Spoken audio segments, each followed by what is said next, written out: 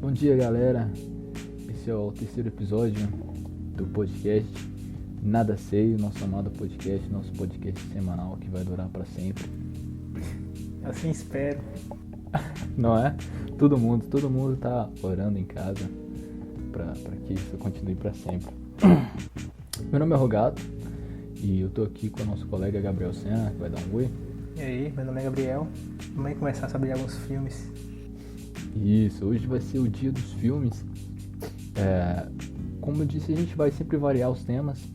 E hoje é um filme que tem relação com o livro que a gente fez no podcast anterior, eu ia falar, no podcast anterior, que é Mary Poppins. Mary Poppins, ele foi um filme do Robert Stevenson. Robert Stevenson é o mesmo diretor que fez Herbie, aquele filme do Fusquinha que falava e tal. Na moral? Ele é o mesmo diretor de Herbie. Minha pesquisa não foi até aí, não. Esse cara ele foi diretor na Disney por 20 anos. Ele fez quase 19 filmes em 20 anos lá na Disney. Então ele era um cara bem famoso lá. E essa tradição começou com Mary Poppins, porque na época ela foi a maior bilheteria da Disney. E esse foi um filme lançado em 1964, que ganhou 5 Oscars: melhor atriz, melhor composição original, melhor edição, melhor efeitos visuais e melhor trilha sonora original. E levou simplesmente 20 anos para que o Disney conseguisse os direitos da autora. E vamos falar um pouquinho dele, vamos falar um pouquinho de diferenças. Bastidores, né? Bem complicado. Isso, bastidores que tem um grande impacto sobre o filme. E também sobre igualdades, diferenças com o livro e as nossas ideias do filme como um todo. Vamos falar aqui que vai ter spoiler, né? É um filme de 64. Então não tem como. Vai falar o final e tudo mais, então. Ele é musical. Não é pra qualquer um, primeiramente. Eu mesmo não curto tanto, mas eu assisti por ser um clássico. E pra ver o que é, além do filme, né? Se ele é clássico, ele tá nesse estigma por um motivo, né? E esse filme, ele conta a história de Mary Poppins, né? Que é uma babá mágica que chega em uma casa disfuncional, onde as crianças sofrem com pais ausentes e tudo mais. E esse filme ele fez algo que o livro, na minha opinião, não conseguiu fazer, que é criar um universo realmente mágico. O livro, ele tem a babá, ele tem suas aventuras e tudo mais, mas o filme ele tem um arco de redenção para todos os personagens. Se os filhos eles começam o filme acreditando que os pais não gostam deles, eles terminam o filme com um pensamento diferente. Se os pais começam o filme acreditando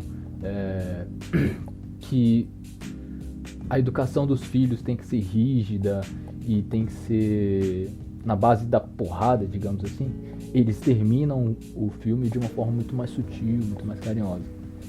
Então, Uma ordem inglesa, né? Colocada pela sociedade daquela época.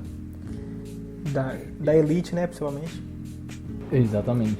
E esse filme, apesar dele ser lançado em 1964, ele conta uma história que se passa em 1910, ou seja, é ainda mais antigo, os pensamentos são ainda mais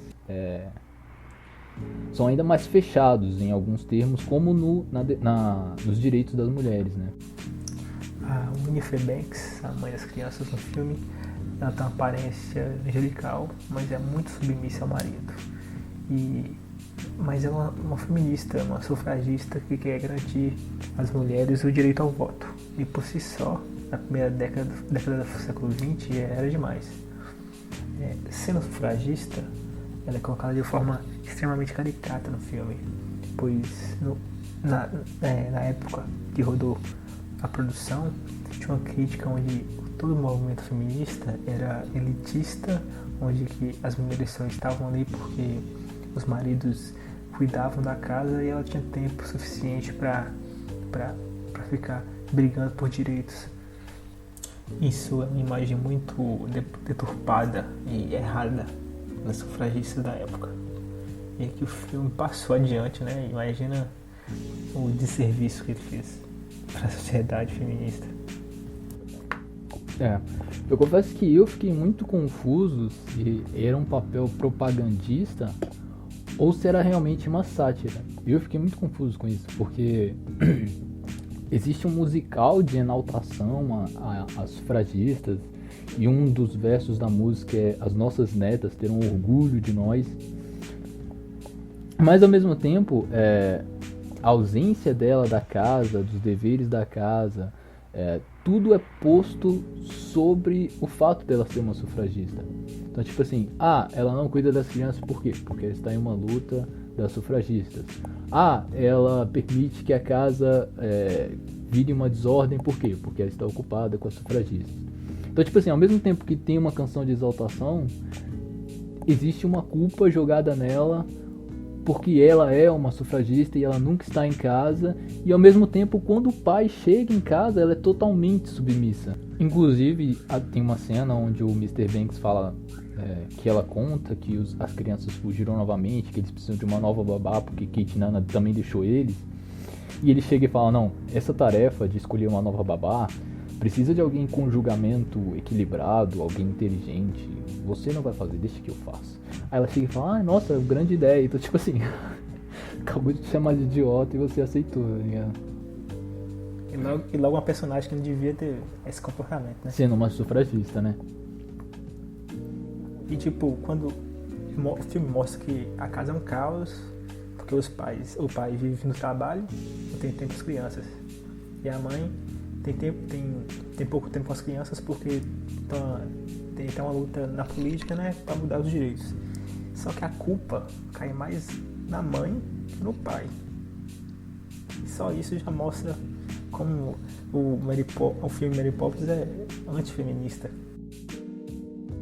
E existe uma coisa interessante que eu lembrei agora também, que tem a cena onde ela pega a faixa das sufragistas e tipo assim, é uma luta super importante, eu uso ela pra ter meus direitos e tal, e ela arranca e coloca na pipa das crianças. Ela abandona a causa pelo bem da casa. Pelo bem da casa, exatamente. Não há problema nenhum você cuidar dos seus filhos dentro de casa. O problema era a forma que o filme fez. É como se aquilo não valia nada. A causa não importa pra ela mais. Passando essa ideia das sufragistas e tudo mais, o filme ele tem várias coisas que são diferentes, mas são interessantes, né? Por exemplo, a ideia do Mr. Banks trabalhar no banco, e bank é banco em português. Então, tipo assim, a ideia do Mr. Banks e ele ser aficionado ao banco, tipo assim, são compatíveis, entendeu? Quando você falar, ele é o Mr. alguma coisa, é porque você é aficionado por aquela coisa. Então o Mr. Banks, obviamente, seria aficionado pelo banco onde trabalha. Então eu achei isso muito interessante, apesar de ser muito bobo. O filme é musical de criança, né? Então vai ter essas pegadinhas assim. O livro, ele é mais fantasioso, mas ele é menos preocupado com passar uma informação que seja educacional às crianças. Ele é menos preocupado com morais, né? Igual teve um dia, esse é um capítulo do livro. Um dia o Michael, que é o filhinho, ele acorda e ele fala que olhou para Mary Poppins e descobriu que aquele dia ele queria ser malvado. Que ele olhou para ela e sabia que aquele dia inteiro ele seria malvado.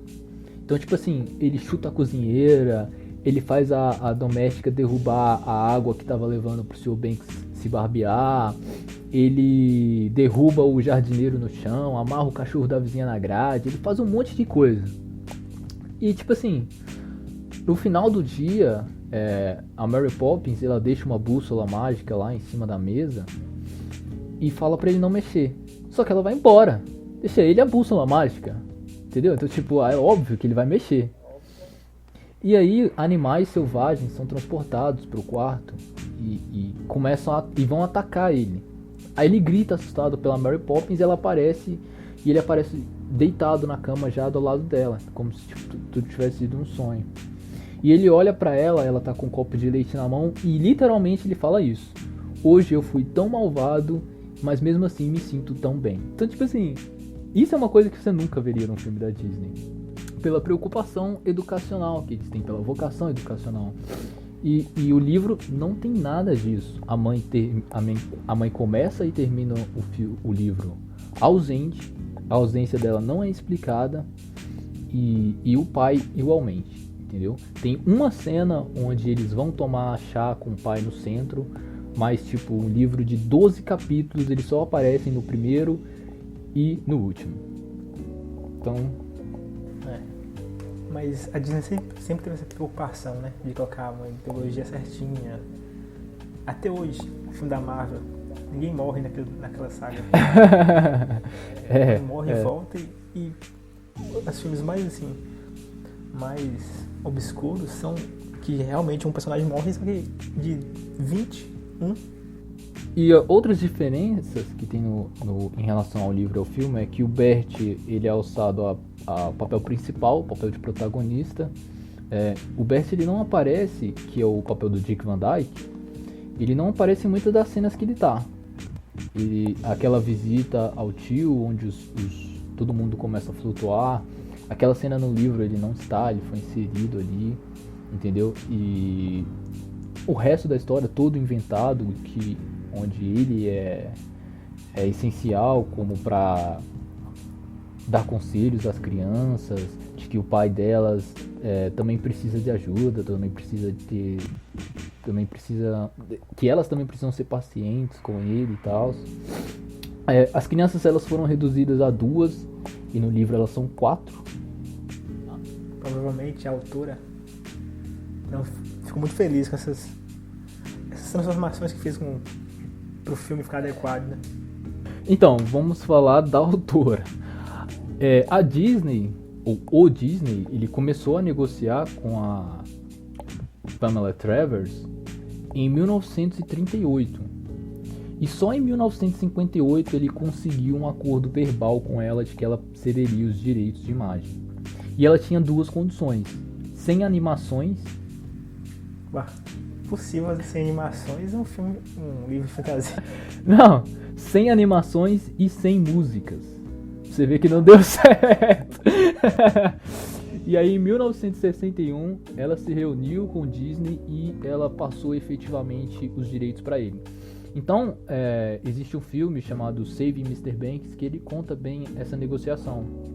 Em 58, que ele tinha o acordo verbal com ela, ele já mandou a produção começar do filme. Ou seja, muitas das músicas já tinham sido escritas, o roteiro já estava pronto. Sem conversar com a autora, né? Sem ele ter a assinatura definitiva. E em 61, ele se reuniu com ela e tal, e ela deu a opinião dela em vários pontos do filme. E aí sim que ela assinou definitivamente. Mas ela tinha muitas restrições. Ela não gostava do Dick Van Dyke, queria que ele não fosse parte do filme. Ela não gostava das músicas, entendeu? Os pinguins, ela só foi saber de última hora que os pinguins estavam no filme. Os pinguins dançando. Aquela cena dos pinguins que dançam com o Bert. Ela ficou puta dos pinguins estarem lá. Ela não sabia que eles estavam lá. Tem até uma cena do filme engraçada que ela lê o roteiro e ela fala: nossa, que interessante, eu não sabia que o Disney conseguia treinar pinguins reais pra dançar. Ela não sabia que era uma animação, tá? Não, detalhe, animação é boa até hoje. Então. Se você assistir e falar: não, esse filme não é de 64, não. É de 2000, é de 90 e poucos, por aí. Não parece ser tão velho. É interessante que se você assiste, por exemplo, Toy Story, você já acha muito ultrapassado. Muito datado.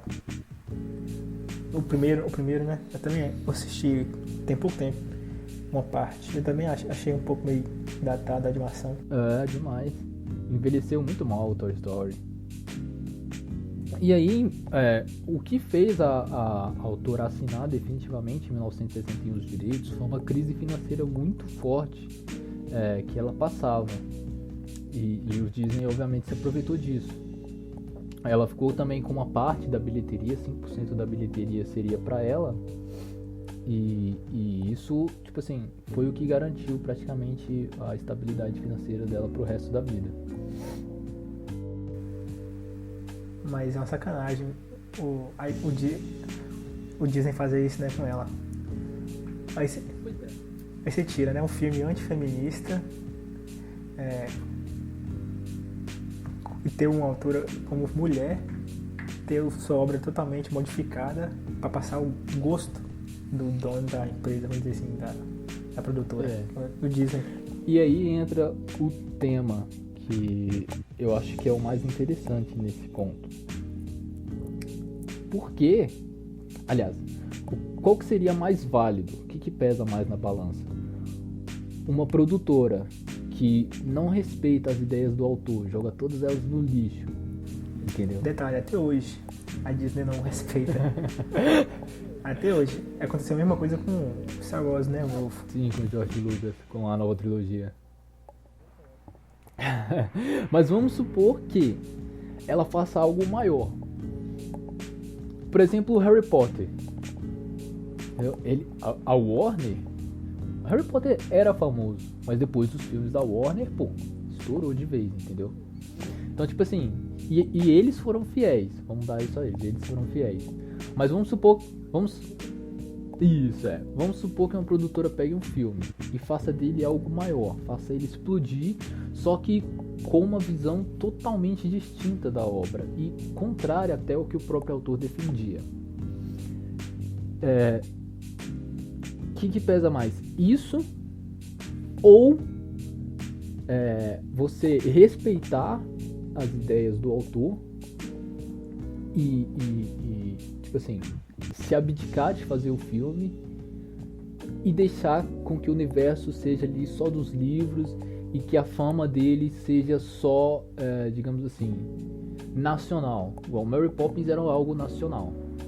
É mais válido deixar que ele seja só nacional, deixar a ideia só com o autor, ou dá pra se defender a Disney de ter pegado aquilo, mas ter feito daquilo um fenômeno mundial. Vai depender muito da autora, né? Eu, particularmente, eu ficaria muito puto se pegasse um livro meu e tirasse da essência que eu escrevi, e eu ficaria puto pra caramba. Agora, no caso dela, ficou, né? Ela ficou boa com eles. Quando você tira a essência do livro, o sucesso, você vai focar mais no dinheiro, né? Como no caso dela, ela estava precisando, teve uma crise, estava precisando de dinheiro, foi para sobreviver. Mas será que vale a pena você tirar a essência do seu livro, aquilo que você... Eu nunca escrevi um livro, mas provavelmente você escreve, faz sucesso, deve ter um carinho diferente para aquela obra. E particularmente eu não ficaria feliz, não.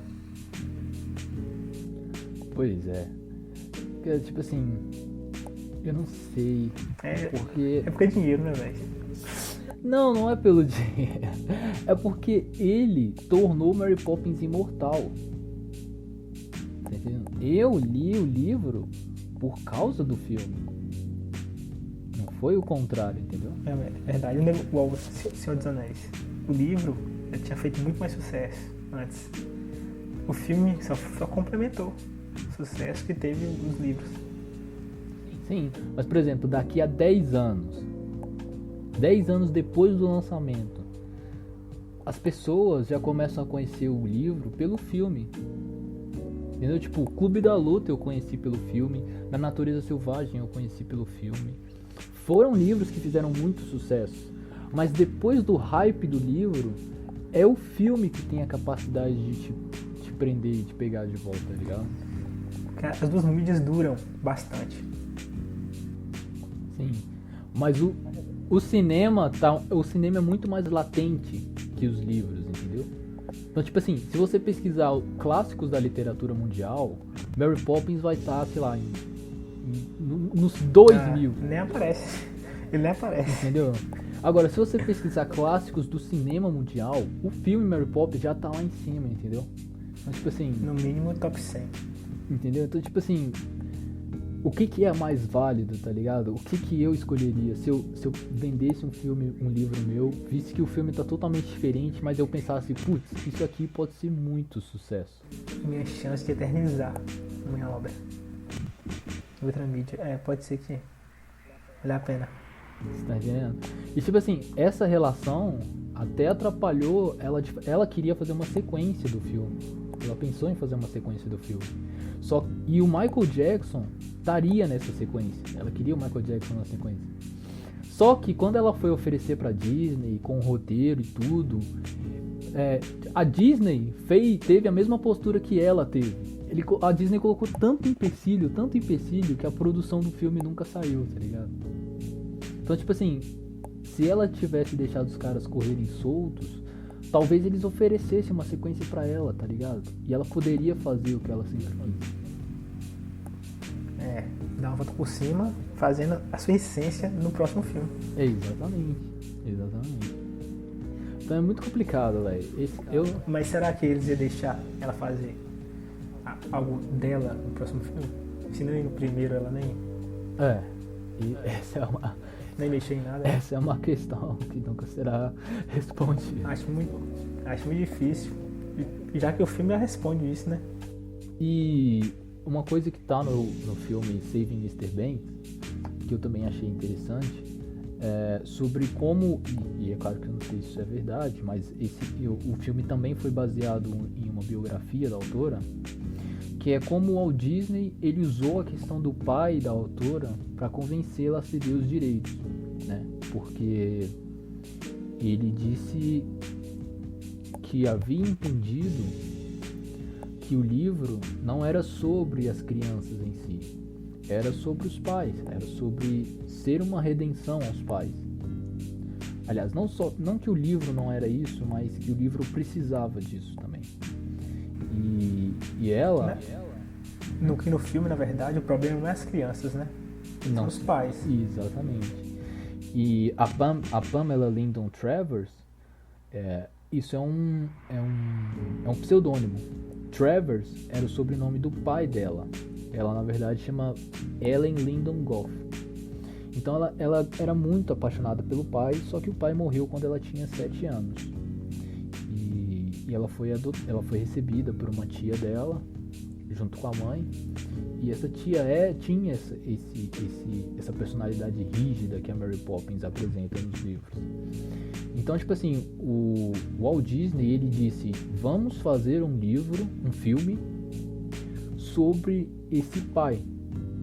Não vamos deixá-lo mais ausente. Vamos mostrar um pai que ame seus filhos.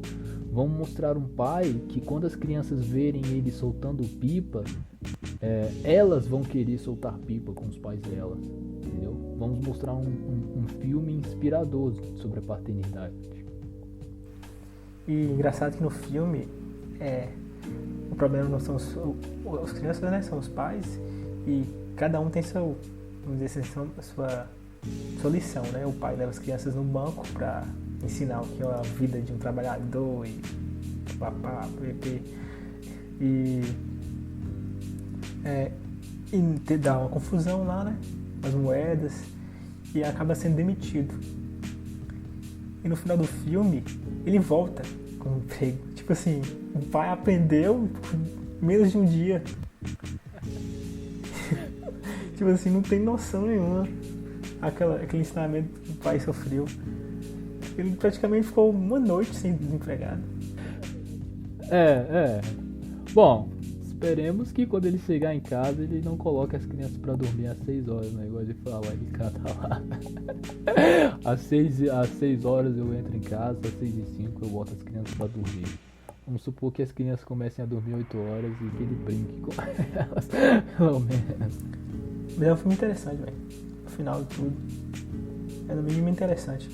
Mesmo eu tava numa vibe de assistir um filme de máfia, gangster, e você fala assim, não, bora assistir Mary Poppins.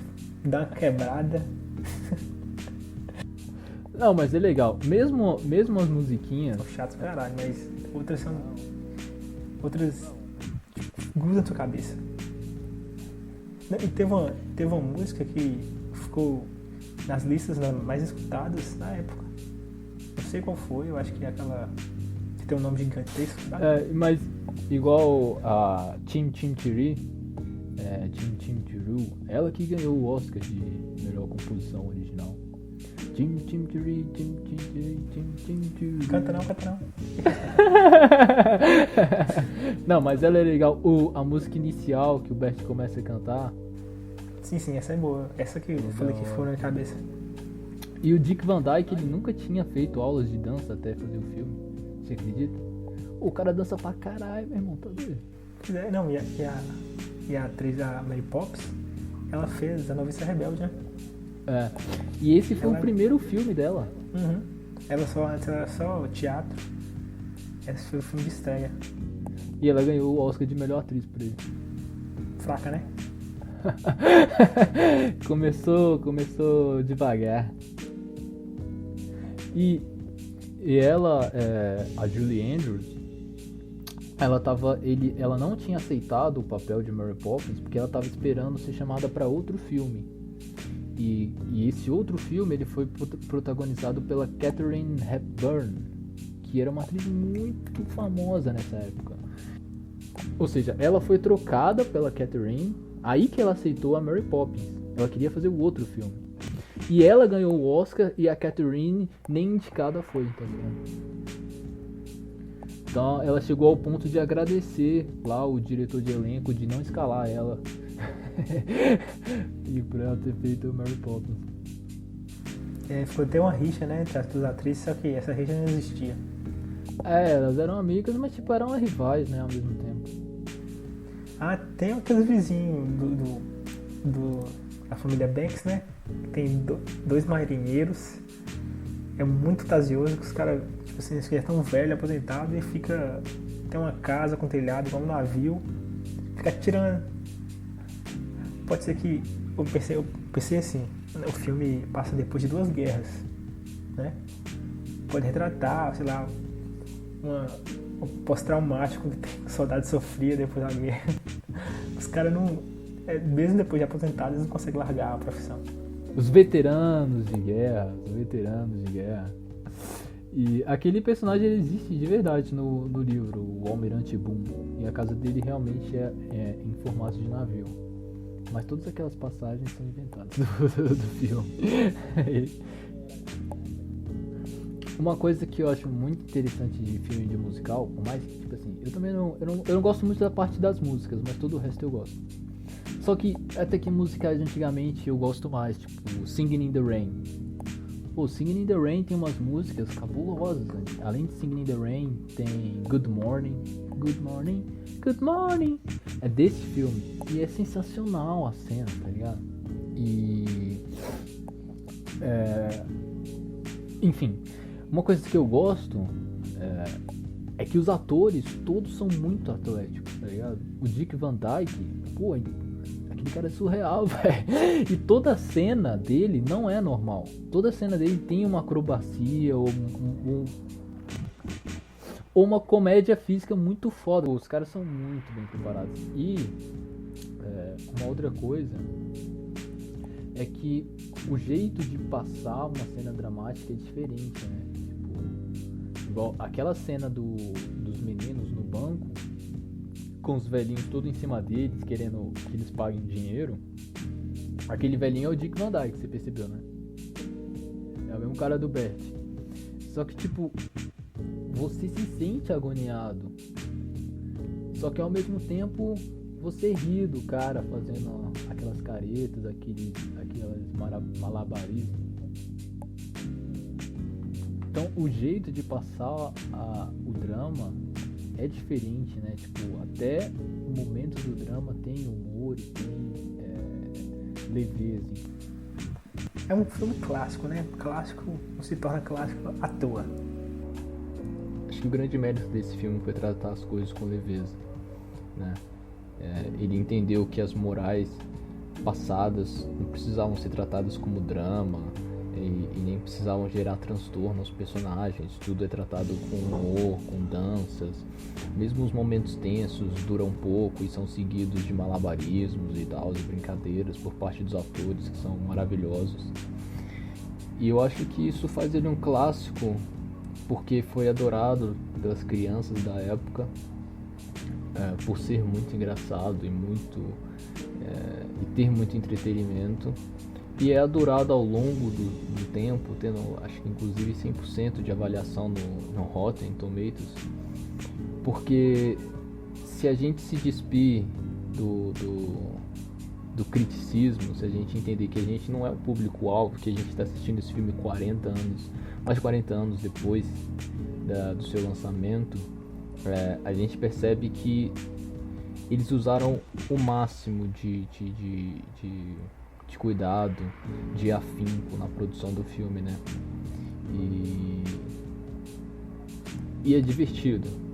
É divertido você, como eu disse, se despir do criticismo e ver o cara dançando loucamente e se esforçando para dançar com pinguins, com animações que não estavam ali.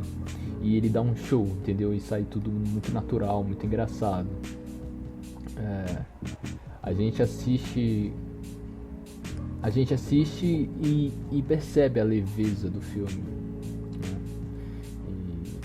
Bom, é isso, a gente fica por aqui nessa semana e continue acompanhando aí o canal, se inscreve, siga a gente. Abraço.